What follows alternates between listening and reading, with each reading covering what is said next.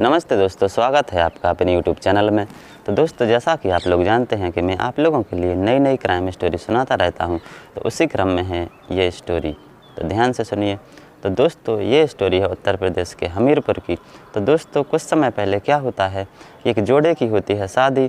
तो जो दूल्हा था वो था इंजीनियर और लड़की कोई भी जॉब नहीं करती थी, वो घर का काम करती थी। तो दोस्तों, क्या हुआ कि जो लड़की है उसके माँ बाप पहले से ही नहीं थे। जो उसका भाई था उसने अपनी बहन को बड़े ही लाड़ प्यार से पाला था। तो दोस्तों, शादी हो गई और धूमधाम से उसकी विदाई भी हुई। तो खूब अच्छी तरह से उन्होंने विदाई की। आंखों में आंसू थे और खुशी के भी आंसू थे कि बहन की अच्छी तरह से हम लोग विदाई कर रहे हैं। तो दोस्तों, वहाँ से तो उसकी विदाई हो गई, लेकिन जब वो अपने ससुराल पहुँची, दिन तो निकल गया। दोस्तों, जब रात आई तो जो दूल्हा था उसने क्या किया कि अपने दोस्तों से सलाह ली, और दोस्तों ने ये सलाह दी, या तो उस दूल्हे को अपने आप पर कॉन्फिडेंस नहीं था। तो दोस्तों, उसने क्या कहा, अपने जो दोस्त थे उन दोस्तों से सलाह ली कि मुझे अपनी इस पहली रात में क्या करना चाहिए।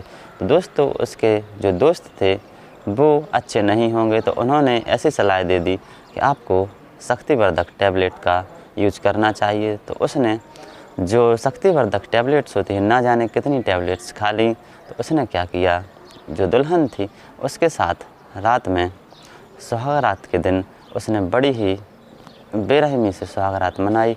दोस्तों, प्राकृतिक और अप्राकृतिक तरीके से, दोनों तरीके से उसने जो दुल्हन थी उसने विरोध किया, तो उसकी एक भी बात नहीं मानी, और उसने अप्राकृतिक तरीके से और प्राकृतिक तरीके से, दोनों तरीक़ों से उसके साथ सुहाग रात मनाई। दोस्तों, तो क्या होता है कि उसकी तबीयत बिगड़ने लगी और ऐसे में ही सुबह हो गई। तो दोस्तों, जब सब ने देखा कि इसकी तबीयत तो बिगड़ रही है और उसे उल्टी हो रही हैं, तो दोस्तों उसने पहला दिन था इसलिए उसने किसी को कुछ नहीं बताया, क्योंकि उसने सोचा कि ऐसा शायद होता होगा।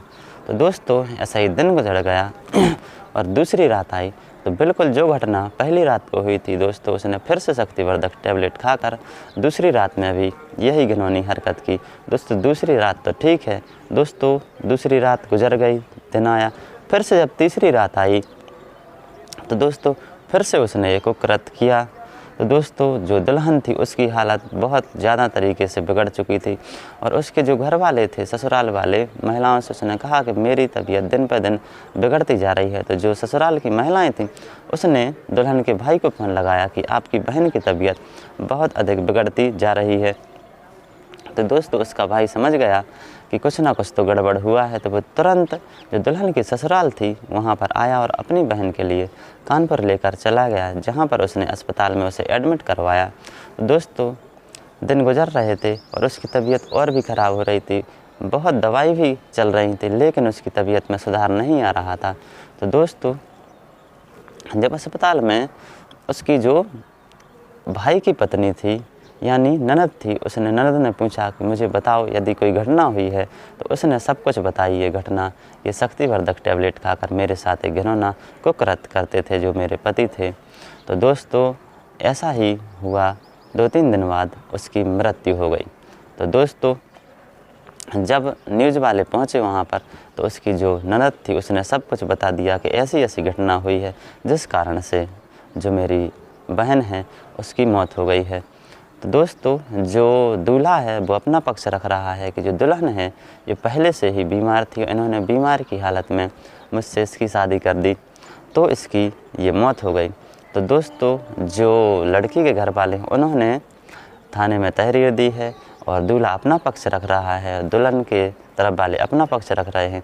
अब जांच के बाद ही पता चलेगा कि कौन सही है और कौन झूठा है।